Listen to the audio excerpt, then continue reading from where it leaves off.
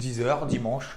Je me suis coiffé. Ah bah non, mais comme tous les dimanches à 10 h, on se retrouve ensemble pour faire un tour d'horizon à 360 degrés des marchés. Et vous allez voir qu'il y a aussi effectivement des... je suis parti trop vite là en fait. Il y a aussi des retournements à 180 degrés. Et ce, à des endroits bien précis. Il y a la pression sur certains actifs. Peut-être même d'ailleurs du changement en cette fin d'année. Certains marchés qui sont encore scotchés au plafond. Mais pas tous. Et oui, de la volatilité à prévoir à partir de ce mois d'octobre. On va voir tout ça ensemble. Je suis super content, heureux.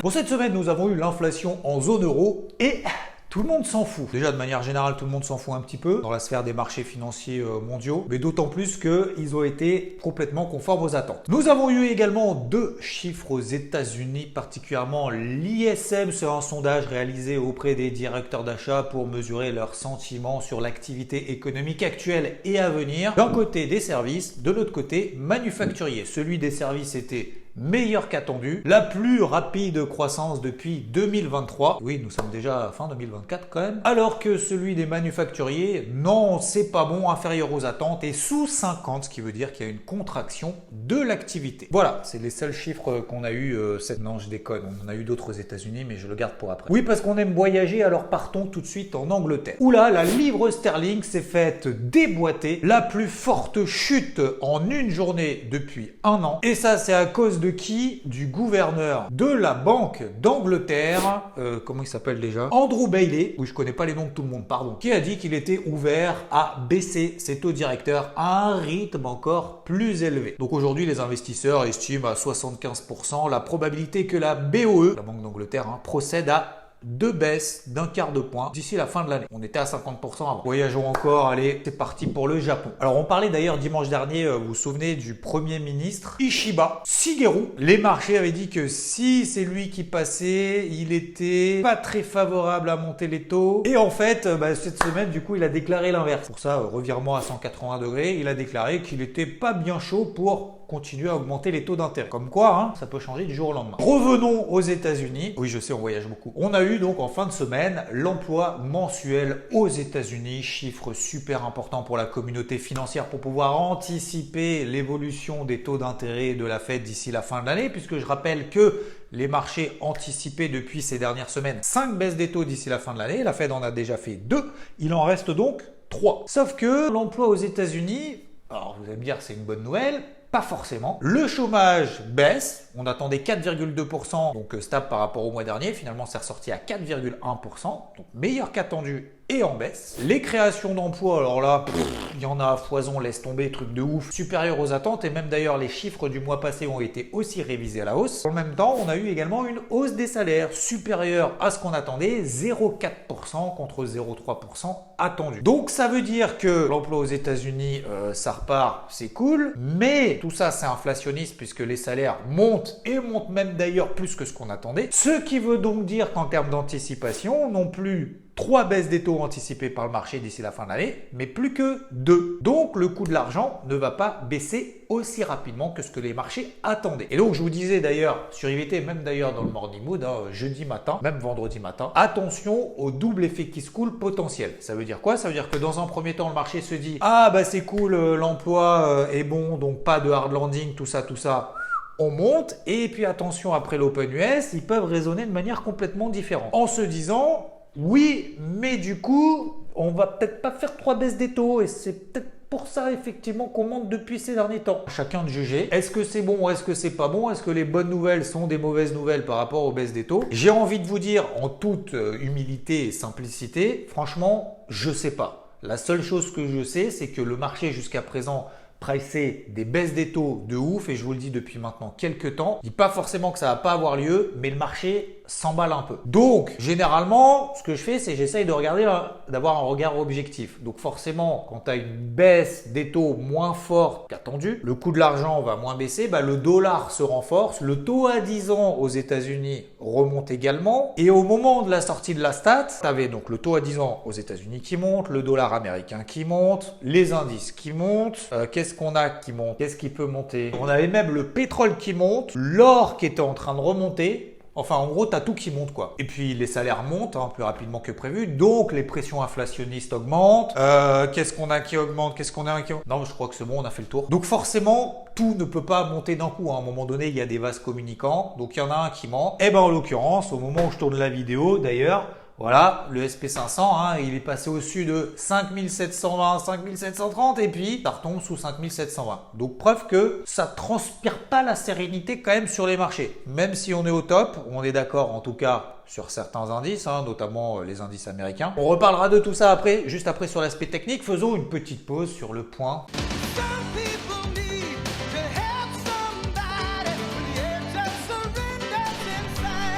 Bon, on a, comme vous le savez, malheureusement des tensions géopolitiques qui augmentent entre Israël et Iran. Et ça a pour conséquence principale aussi de faire monter les cours du pétrole, d'ailleurs, qui ont explosé cette semaine. Ils ont pris 5% en une journée. C'est d'ailleurs sa plus forte hausse quotidienne sur le Brent depuis le début de l'année. C'est aussi pour ça qu'il faut aller, comme le dit Rodolphe, là où se passe l'action. Il y avait du flux, il y a une activité justement sur les cours du pétrole. C'est pour ça que j'ai proposé aussi un plan d'achat sur les cours du pétrole. D'autant plus d'ailleurs que les cours du pétrole étaient revenus sur cette grosse zone support. Vous l'avez d'ailleurs dans le carnet de bord, je vous en avais aussi partagé ici. 70-72 $, c'est une énorme zone weekly et même mensuelle sur laquelle les cours ont déjà réagi dans le passé. Et donc j'attendais un double spike, c'est-à-dire une énorme mèche baissière et derrière un flux haussier pour pouvoir prendre le train en marche. On a eu effectivement une fenêtre d'entrée pour rentrer à l'achat du coup sur les cours du pétrole. Pourquoi? Simplement, on a également Citigroup qui a estimé qu'une frappe majeure d'Israël sur la capacité d'exportation de l'Iran pourrait retirer 1,5 million de barils par jour. Et si Israël frapper des infrastructures mineures, ce serait entre 300 et 450 000 barils par jour de moins de perdus. Il faut savoir que le Moyen-Orient représente quand même un tiers de l'approvisionnement mondial en pétrole. Alors côté entreprise, on va commencer la saison des publications de résultats d'entreprise et nous avons eu notamment Lévi-Strauss. On est dans le domaine du gym. Eh bien, ça va pas très bien puisqu'elle a révisé à la baisse ses perspectives annuelles. Finalement, son chiffre d'affaires devrait augmenter que de 1% alors qu'avant, elle avait plutôt une fourchette entre 1 à 3%. On a eu également une déboîte assez importante sur Nike qui a perdu plus 6% en une journée. Résultat, on recule au premier trimestre de son exercice fiscal, puisque là, elle est décalée. Chiffre d'affaires en repli de 10%. Alors, le chiffre d'affaires d'ailleurs est plutôt conforme aux attentes. Le bénéfice net fait mieux que prévu. Il a dépassé tout juste le milliard de dollars. Mais il a baissé quand même de 28% sur un an. C'est quand même assez considérable. Et surtout, alors j'ai l'impression un peu comme beaucoup de boîtes, au-delà du fait de réviser à la baisse les perspectives, alors Nike, elle s'est pas emmerdée, on va pas tortiller du cul. On va retirer les prévisions. Voilà, comme ça on s'emmerde pas. Le doigt mouillé t'oublie. On va se cacher par le changement de direction qui va avoir lieu ce mois-ci. Donc visiblement chez Nike, c'est quand même un peu la même merde. Et d'ailleurs, pour ceux qui sont actionnaires, elle a retiré aussi sa journée des investisseurs. On verra ça au mois de novembre. C'est quand même pas très bon signe. Alors, en termes aussi de révision à la baisse des résultats et des perspectives, on a eu le secteur auto cette semaine, alors notamment en France avec Stellantis, qu'on appelle un profit warning, révision à la baisse de ses résultats, de ses prévisions de résultats, pardon. Marge d'exploitation qui va baisser à 5,5-7%, alors qu'avant, elle prévoyait quand même une marge à 2 chiffres. Donc c'est quand même une grosse baisse. Flux de trésorerie également moins important qu'anticipé et du coup il y a à peu près tous les constructeurs auto qui s'y mettent comme par exemple Volkswagen, baisse des livraisons de véhicules, de son chiffre d'affaires et de son résultat d'exploitation pour l'année 2024. Quasiment déjà à la fin quand même, donc ça veut dire que ça va vite. On a également Aston Martin qui a déclaré que son EBITDA 2024 serait inférieur à celui de l'année dernière. Ah oui, on avait Porsche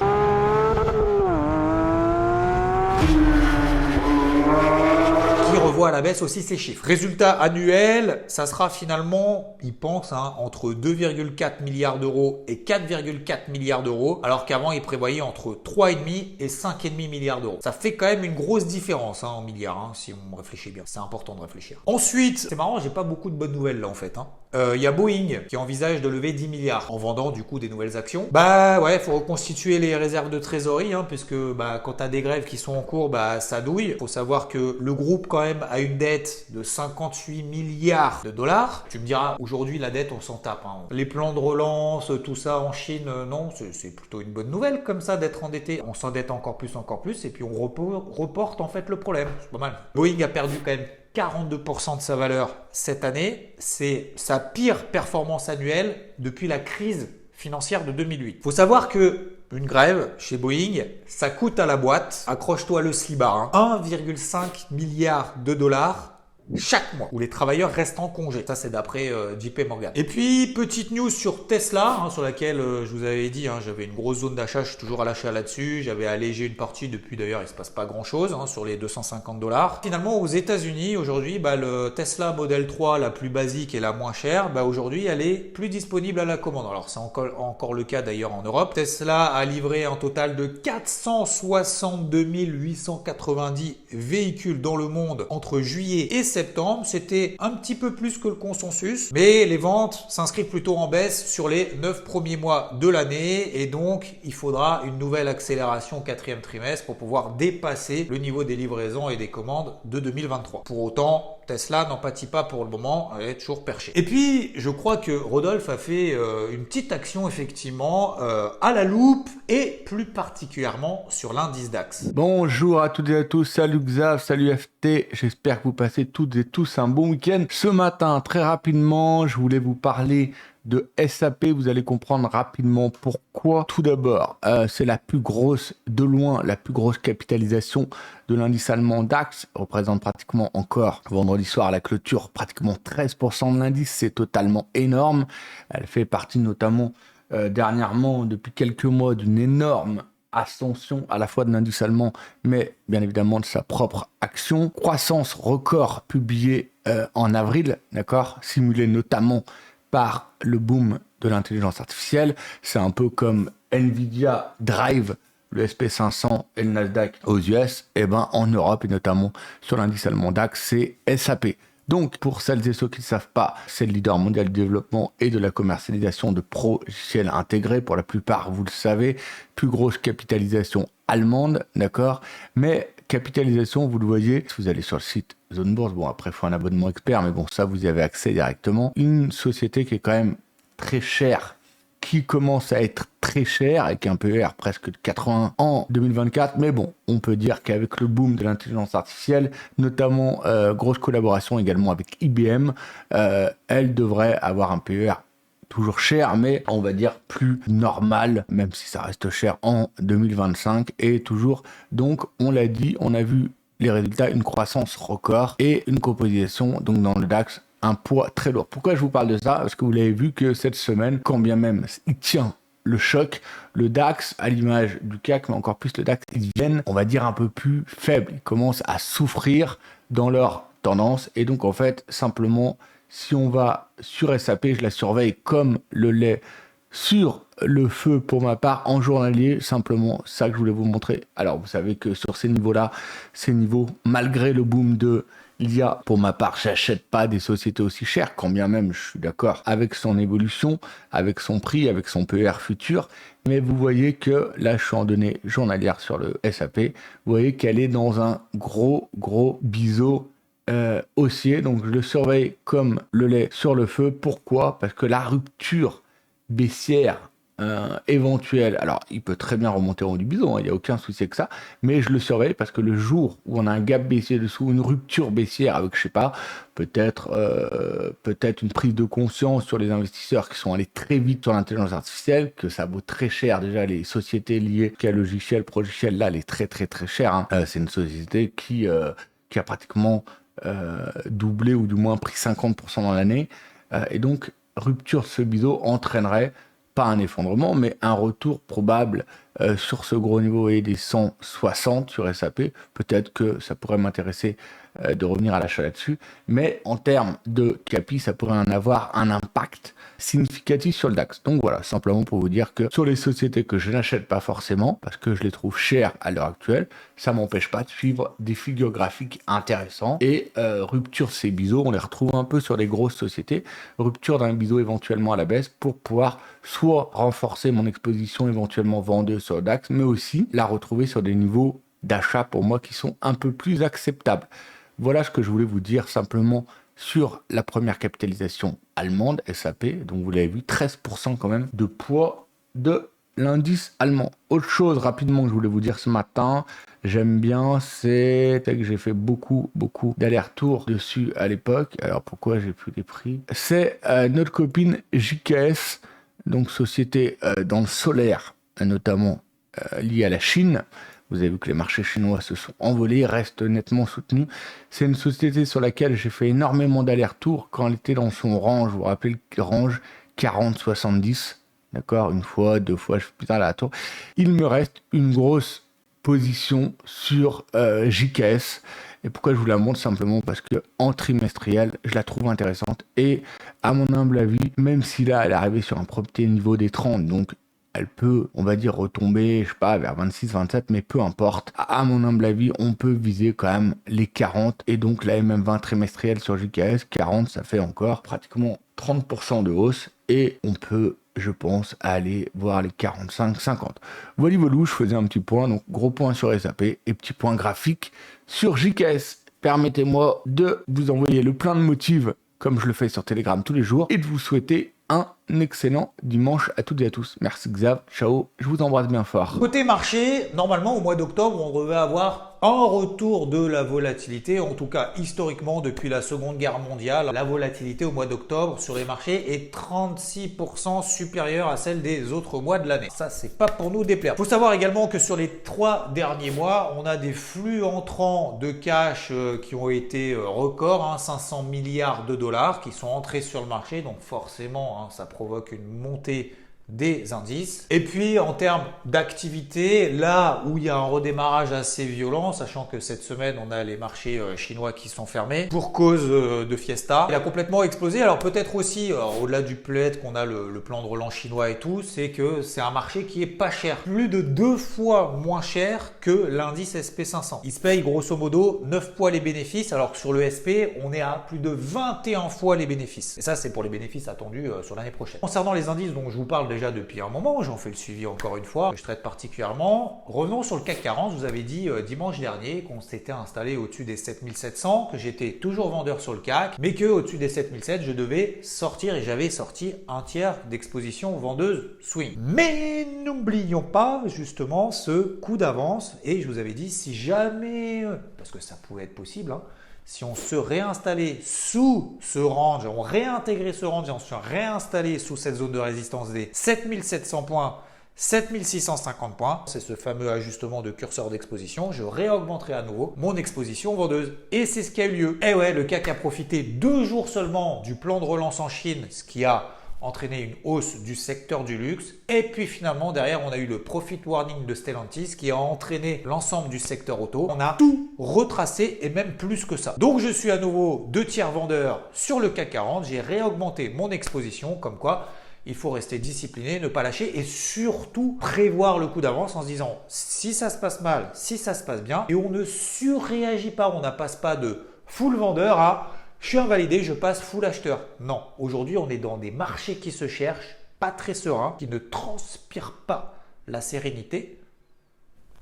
Donc, je continue à vendre le CAC. Tant qu'on est sous les 7600, 7650, mon objectif, c'est toujours en premier objectif, 7310. Et puis après, on avait le SP500. Donc, je vous avais dit que je vendais en intraday et je recommençais, relançais ce plan intra-swing vendeur sur le SP500, comme je l'avais fait au mois de juillet, comme je l'avais fait à la fin du mois d'août, puisqu'il avait perdu 10% et ensuite 5%. On revenait sur ces zones-là, mais pour le moment, je n'avais pas de signal vendeur. On a eu cette semaine justement ce petit et ce premier signal vendeur sous 5720. Donc maintenant que j'ai une polarité qui est négative sous 5720, je continue à le vendre tant qu'on est là en dessous. Mes objectifs sont un petit peu plus bas, autour des 5006, peut-être même d'ailleurs plus ambitieux. Pour le moment, j'y vais de manière light. Encore une fois, j'augmente mon curseur d'exposition. Je commence simplement, elle est là. Je commence, donc je disais simplement à mettre ma casquette rouge. J'y vais progressivement, pas comme un gros porc dans un premier temps, pas comme Kevin. Vous l'avez vu Kevin? Kevin,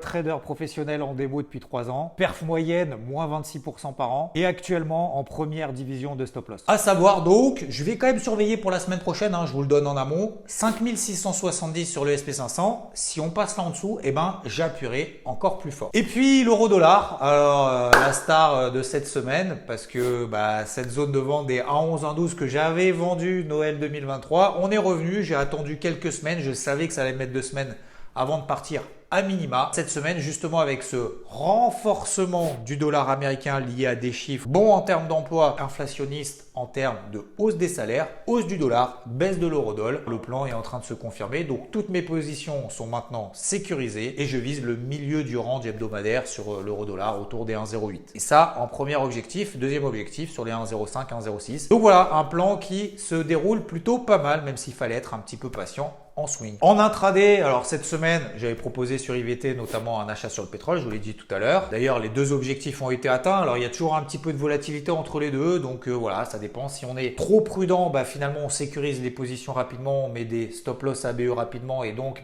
malheureusement, dès qu'on a des petites mèches, on se fait sortir et derrière, ça repart. Voilà, ça dépend. Il y en a la moitié qui sont dedans, la moitié qui sont pas dedans. Ça dépend encore une fois de notre profil de risque. Mais en tout cas, objectif atteint. Alors après, sur le pétrole, il peut continuer à progresser autour des 80-82 dollars avec toujours cette tension géopolitique qu'on a, Israël, Iran notamment. Et puis après, toujours la même chose, si on regarde le Dow Jones et le DAX, voilà, on a de la volatilité intraday. D'ailleurs, à suivre le DAX ces prochains jours, comme l'a dit Rodolphe juste avant, avec notamment SAP, si on réintègre ce range sur le DAX, comme sur le CAC, on a eu finalement juste un petit excès par le haut et depuis quasiment le début de l'année, on est finalement dans un range. Alors des fois, on fait des petits excès vers le bas, des fois des petits excès vers le haut, mais il faut simplement un minimum être patient, surtout lorsqu'on fait du swing trading et toujours ajuster finalement sa taille de position pour éviter de se faire déborder. Et puis côté crypto, alors je vous en avais parlé, donc toujours pareil, si vous êtes abonné à la chaîne, n'hésitez pas à le faire, vous vous abonnez et vous activez la cloche, vous recevez les vidéos que je tourne en cours de semaine. Je fais l'effort de le faire, donc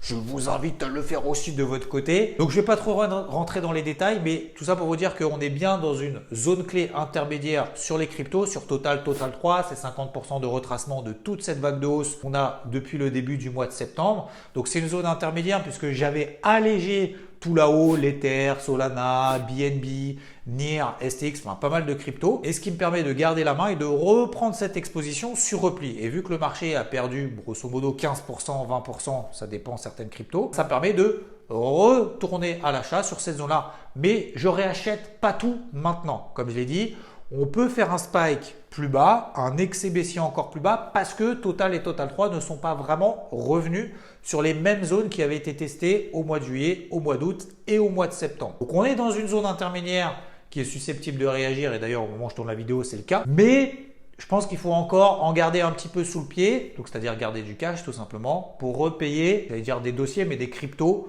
des altcoins un petit peu plus bas. Voilà. Je pense qu'il ne faut pas se précipiter, mais dans la mesure où toute cette gestion active que je travaille depuis des mois et des mois, ça fonctionne parfaitement. Donc, je vais continuer à le faire. Je prends un petit peu plus de risques sur l'Ether et Solana notamment, que j'ai déjà repayé. La semaine prochaine, messieurs, dames, on se retrouve avec l'inflation aux États-Unis. Eh oui, ça c'est jeudi. Donc ça va être sport. On aura le temps d'en reparler tout au long de la semaine, que ce soit dans les morning mood tous les matins, que ce soit sur IVT tout au long de la journée. Les mardis soirs, on se retrouve en live sur Twitch. Ça, c'est certain. Ça fait plaisir parce que ça permet justement d'échanger et c'est très cool, j'adore ces lives. En attendant, je vous souhaite un très bon dimanche. N'oubliez pas le petit pouce vers le haut, ça fait toujours plaisir. Ciao!